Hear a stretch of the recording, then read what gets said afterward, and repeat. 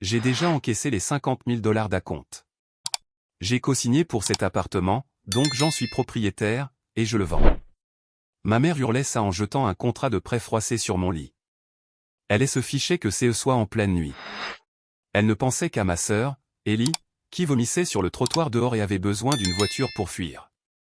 Ne sois pas égoïste, a-t-elle craché. Donne-moi tes clés. Moi, je fixais ce contrat illégal. Je fixais la femme qui venait de vendre mon foyer à un prêteur véreux. Je n'ai pas lutté. Je n'ai pas crié. Je me suis juste tourné vers mon gros manteau d'hiver, accroché près de la porte. Je savais qu'une clé de secours de son tout nouveau SUV de luxe à 98 000 $ était glissée dans la doublure, bien fermée dans une petite poche zippée. Depuis que je l'avais entretenue la semaine dernière. J'ai balancé le manteau vers elle. « Prends la voiture », ai-je dit. « Prends le manteau. Et va-t'en. » Elle a saisi le bouquet des tissus à déguerpis, convaincue qu'elle avait les clés et ma vieille berline. Elle n'avait aucune idée qu'elle venait de voler son propre bien le plus précieux. Le silence qui a suivi était lourd. Le genre de silence qui siffle dans les oreilles après un coup de feu. Je suis resté au milieu de mon salon, à regarder l'encadrement vide de la porte où ma mère se tenait encore à une seconde. L'air sentait toujours son parfum. Une odeur florale épaisse, écœurante. Qu'elle portait comme une armure. Je ne suis pas allé à la fenêtre pour les regarder partir. Je n'en avais pas besoin. Je savais exactement ce qui se passait. Ellie était en train de s'effondrer sur le siège conducteur du SUV, ivre et pleine d'assurance, persuadée qu'elle venait de réussir un coup de plus. Déborah, ma mère, devait l'attacher côté passager, en la rassurant que tout irait bien, qu'elle avait encore gagné. Elle pensait toujours qu'elle gagnait. C'était la règle, gravée dans la pierre depuis le jour de ma naissance. Dans ma famille, la mythologie comptait plus que la vérité. Je suis né en 1992, la même année où mon père est parti et où l'économie s'est écroulée. Ma mère a perdu son poste de vice-présidente 3 semaines après la fin de son congé maternité. Elle m'a regardé, un bébé qui pleurait sans arrêt, dans un berceau d'occasion et elle a décidé que j'étais le mauvais signe. Que j'étais le présage.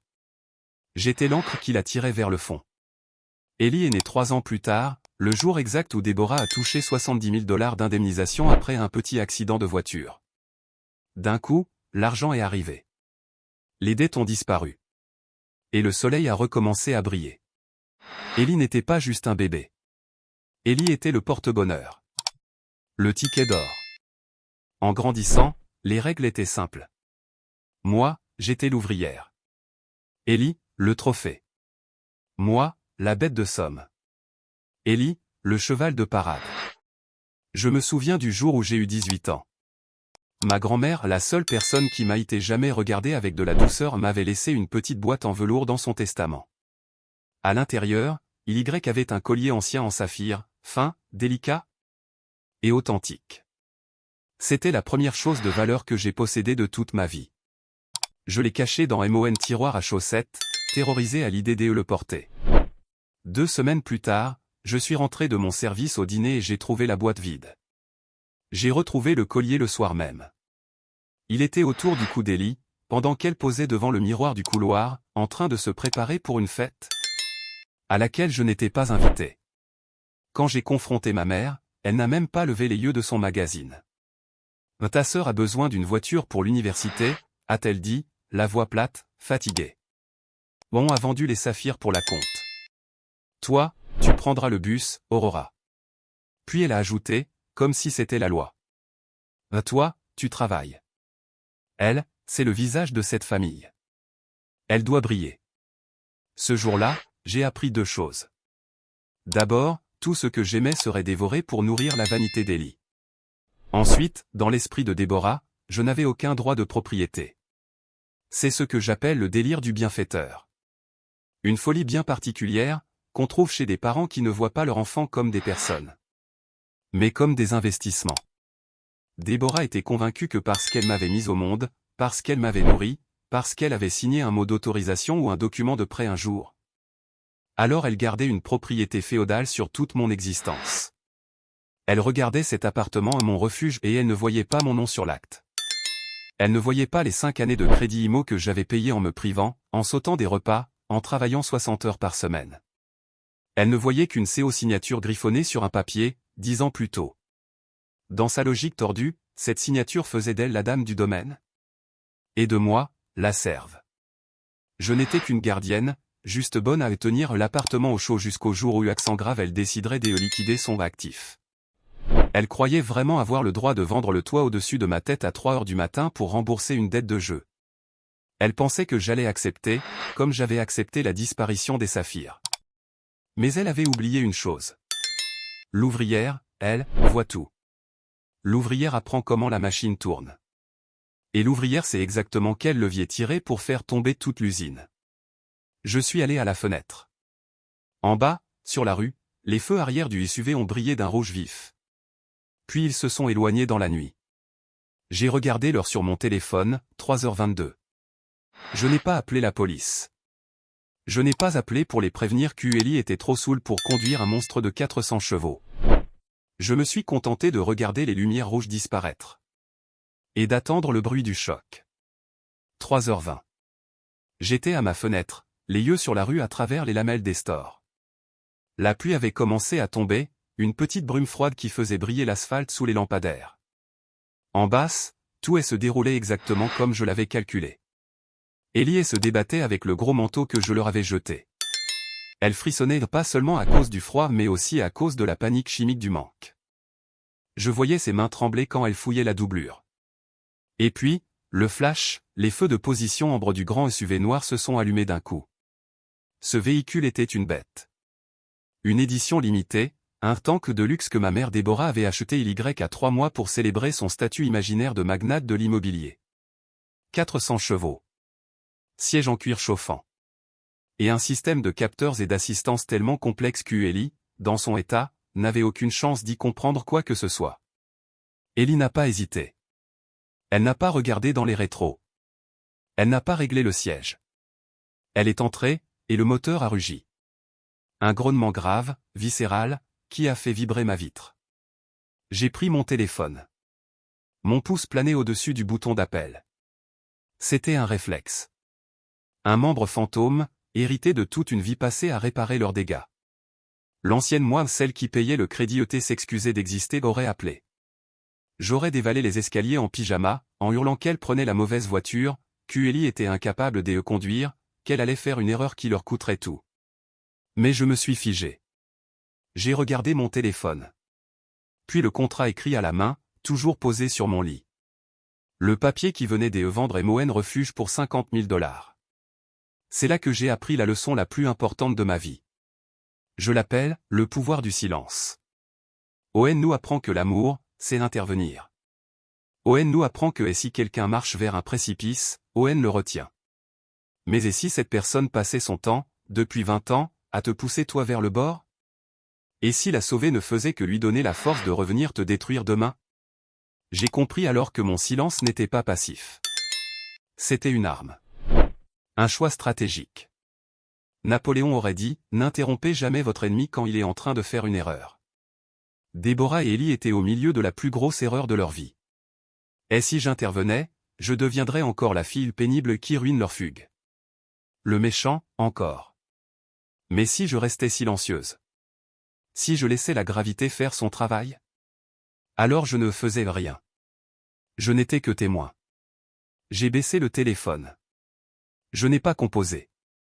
Je n'ai pas couru en bas. J'ai regardé le SUV avancer d'un coup.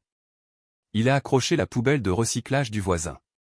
Des bouteilles en plastique ont glissé sur la route mouillée. Les feux stop se sont allumés rouges, agressifs. Puis la voiture a accéléré. Elle a filé dans la rue, légèrement en zigzag, dépassant un peu la ligne centrale. Et elle a disparu au tournant, au bout du bloc. Je suis resté là longtemps. À compter. 1, 2, 3. Le bruit est arrivé environ 40 secondes plus tard. Ce n'était pas une explosion de cinéma. C'était pire. Un craque sourd, écœurant. Le bruit du métal cher qui se plie sur lui-même. Le verre qui éclate contre le béton. Le son a résonné dans la rue calme. Comme un point final au bout d'une phrase. Et puis, le silence est revenu. Je n'ai pas halté. Je n'ai pas appelé la police. Je savais que dans un quartier comme le nôtre, quelqu'un d'autre passerait l'appel en quelques minutes. Les sirènes allaient arriver. Je me suis détourné de la fenêtre. Je suis retourné à mon lit, j'ai ramassé le contrat illégal que ma mère m'avait jeté. Et je l'ai plié soigneusement. Je l'ai posé sur ma table de nuit. Puis je me suis glissé sous la couette et j'ai fermé les yeux. Je n'ai pas dormi, bien sûr. L'adrénaline chantait dans mes veines comme un fil électrique à nu. Mais je restais là, à respirer lentement, régulièrement, en attendant que le soleil se lève sur un monde neuf. Un monde où je n'étais plus la réparatrice. J'étais l'architecte. La démolition venait de commencer. Le soleil s'est levé à 6h14. La lumière était grise, dure, sans pitié, celle qui révèle chaque fissure dans le bitume et chaque mensonge raconté dans la nuit. Mon téléphone a vibré, notification de mon application de radio police, celle que je gardais pour les alertes du quartier. Un véhicule de luxe avait été retrouvé abandonné dans un fossé de drainage, à environ 3 miles à l'est. Le conducteur avait pris la fuite. Délit de fuite. Hit and run. Je me suis servi un café noir et je me suis assise à mon bureau. C'était l'heure d'aller travailler. Ma mère, Déborah, aimait se croire génie de la manipulation. Mais elle avait un défaut mortel, elle était paresseuse. Pour elle, les détails, c'était en dessous d'elle. Quand elle a acheté ce SUV à 98 000 $, elle n'avait même pas pris la peine d'activer le système télématique ni le compte cloud. Elle m'avait balancé le manuel et m'avait dit. Le débrouille-toi. J'ai pas le temps pour le support technique. Alors je l'ai fait. J'ai créé le compte. Je l'ai lié à mon adresse mail. J'ai créé le mot de passe. Et comme elle ne me l'a jamais demandé, je ne lui ai jamais donné. J'ai ouvert mon ordinateur et je me suis connecté au tableau de bord. L'interface s'est chargée instantanément. Un clic. Et la vérité a flashé à l'écran. J'ai téléchargé la vidéo de la caméra intérieure de la nuit précédente. L'image était nette, en haute définition, une preuve parfaite d'un délit. Sur l'écran, Ellie était affalée sur le siège conducteur, une main sur le volant, l'autre autour d'une bouteille de vodka qu'elle avait sûrement piquée dans le meuble à alcool de Déborah. Les horodatage correspondaient au millimètre, 3h22. Regarde-moi ça. Balbutiait Ellie en parlant au siège passager vide, les yeux vitreux, je conduis le tank de maman. Aurora doit être en train de pleurer dans sa petite voiture moche. Elle a ricané. Un rire sec, laid. On s'en fout si je l'abîme. Maman en rachètera un autre. Elle a bu. Puis elle a dévié. La caméra a tressauté violemment quand la voiture a heurté la glissière, a tourné sur elle-même. Et a percuté le remblai en béton. Les airbags ont explosé dans un nuage blanc. L'image s'est coupée, neige, grésillement. Et silence. J'ai enregistré le fichier sur 3 disques durs différents, plus un serveur cloud. J'ai appelé le dossier « Le Boomerang ». Déborah croyait protéger son enfant d'or. Elle croyait qu'elle pourrait cacher la voiture, la déclarer volée plus tard, et encaisser l'assurance pour rembourser le requin. Elle ne savait pas que j'avais un enregistrement haute définition sa fille préférée en train de conduire ivre, de faire un délit de fuite. Dans son propre véhicule. Mais ça, ce n'était que l'amuse-bouche. Moi, je voulais le plat principal. Je suis allé vers le coffre ignifugé, scellé au sol dans mon placard. J'ai tourné la molette, gauche. Droite. Gauche.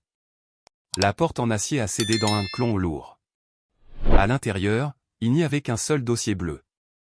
Je l'ai posé sur mon bureau, juste à côté du contrat froissé que Déborah m'avait jeté au visage quelques heures plus tôt.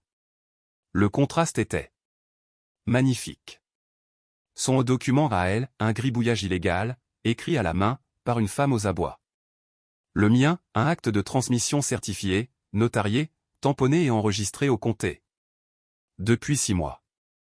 À l'époque, j'avais dit à Déborah que je devais refinancer le prêt pour baisser les mensualités. Je lui avais dit que ça lui économiserait de l'argent. Elle n'a pas lu les lignes. Elle n'a pas remarqué que les nouvelles éditions exigeaient le retrait du co-signataire du titre pour obtenir le meilleur taux. Elle a juste signé là où je lui ai montré, pressée de retourner à son brunch.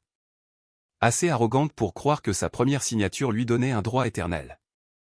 Peu importe ce que disait le nouvel acte. Elle avait tort.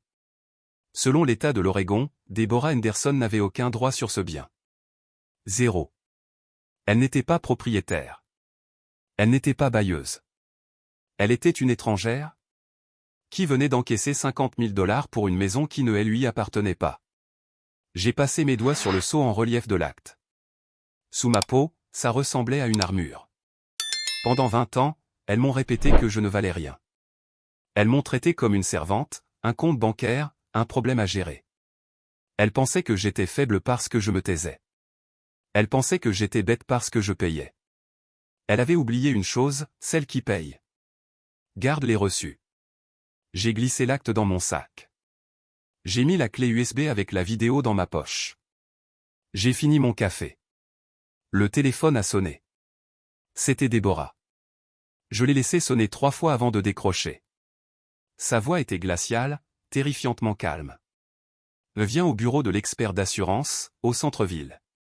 Maintenant. Pourquoi? Ai-je demandé, en jouant mon rôle. Parce que si tu ne viens pas, a-t-elle sifflé, je dirai à cet homme que tu es parti avec ses 50 000 $.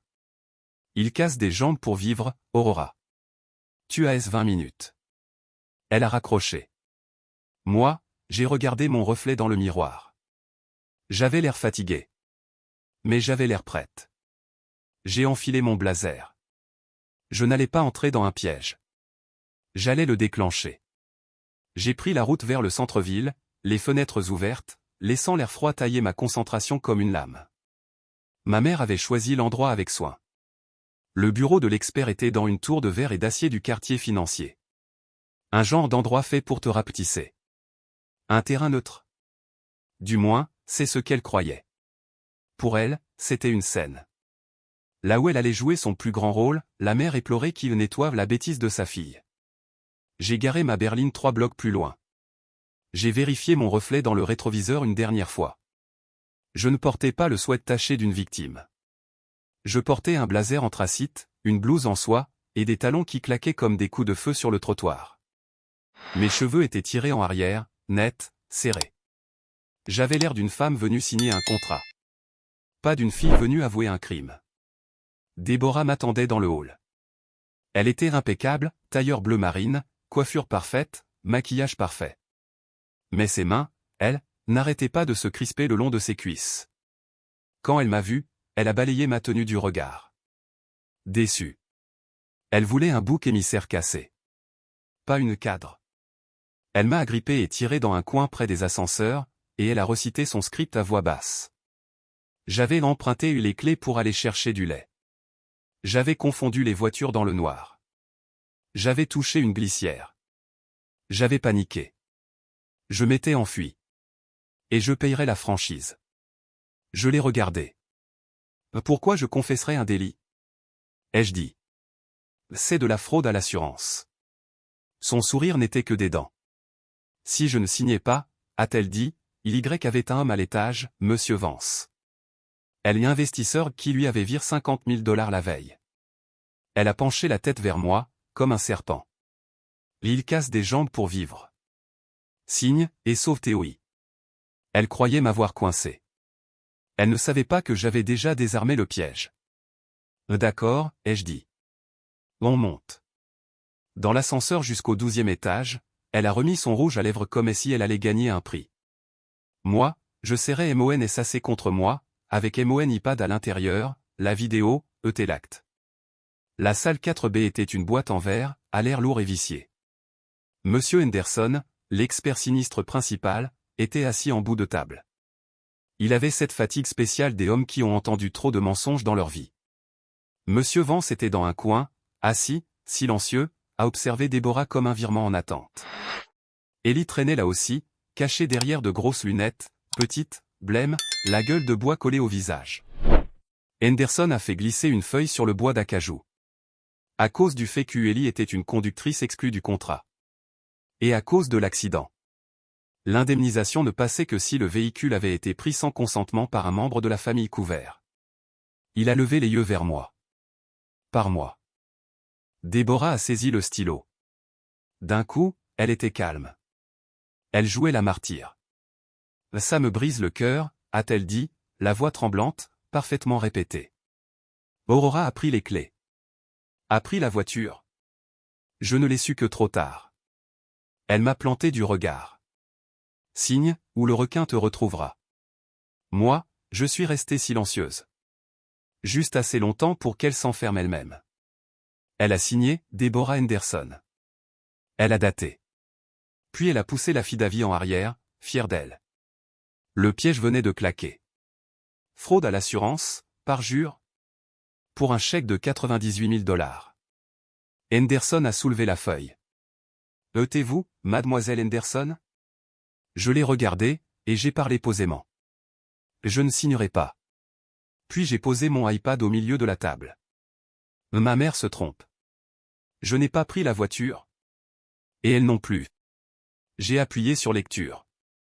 La voix d'Ellie a rempli la pièce, ivre, triomphante, se vantant du temps que des maman, se moquant des moi en disant que je devais pleurer dans ma petite voiture moche.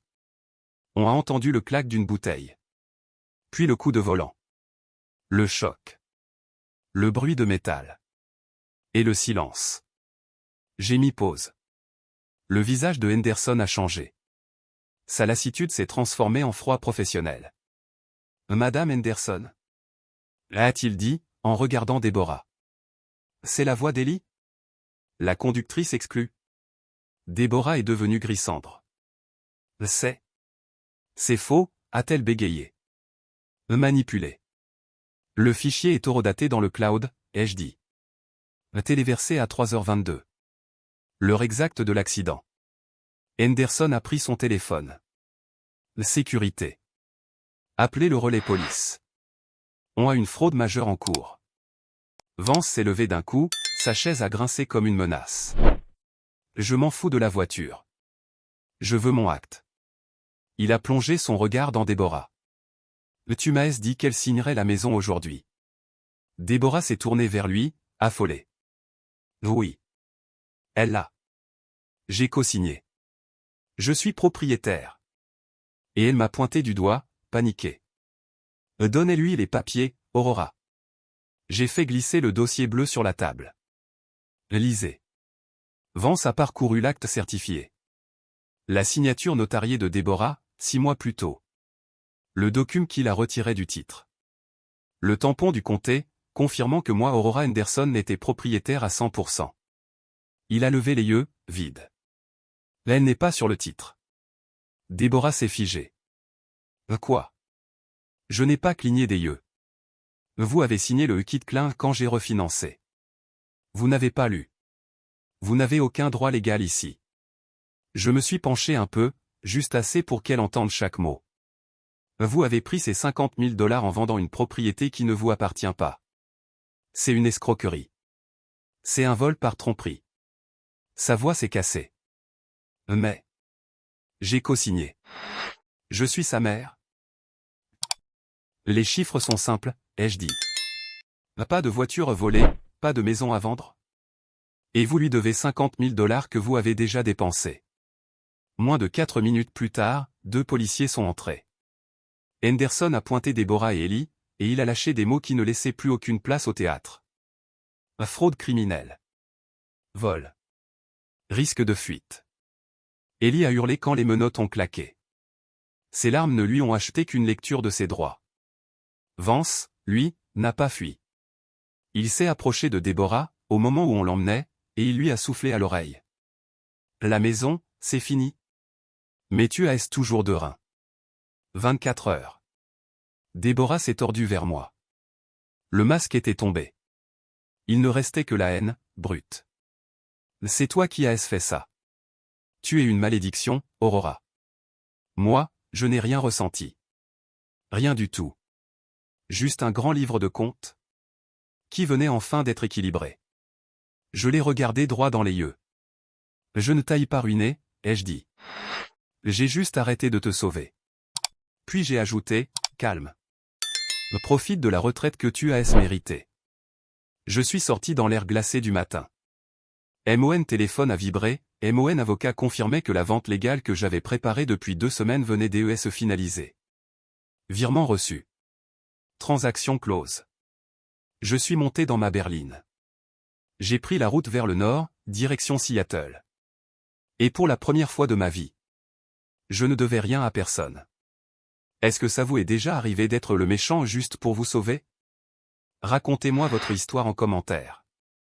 Et si vous pensez que la famille, c'est le respect de pas le sang, alors laissez un like.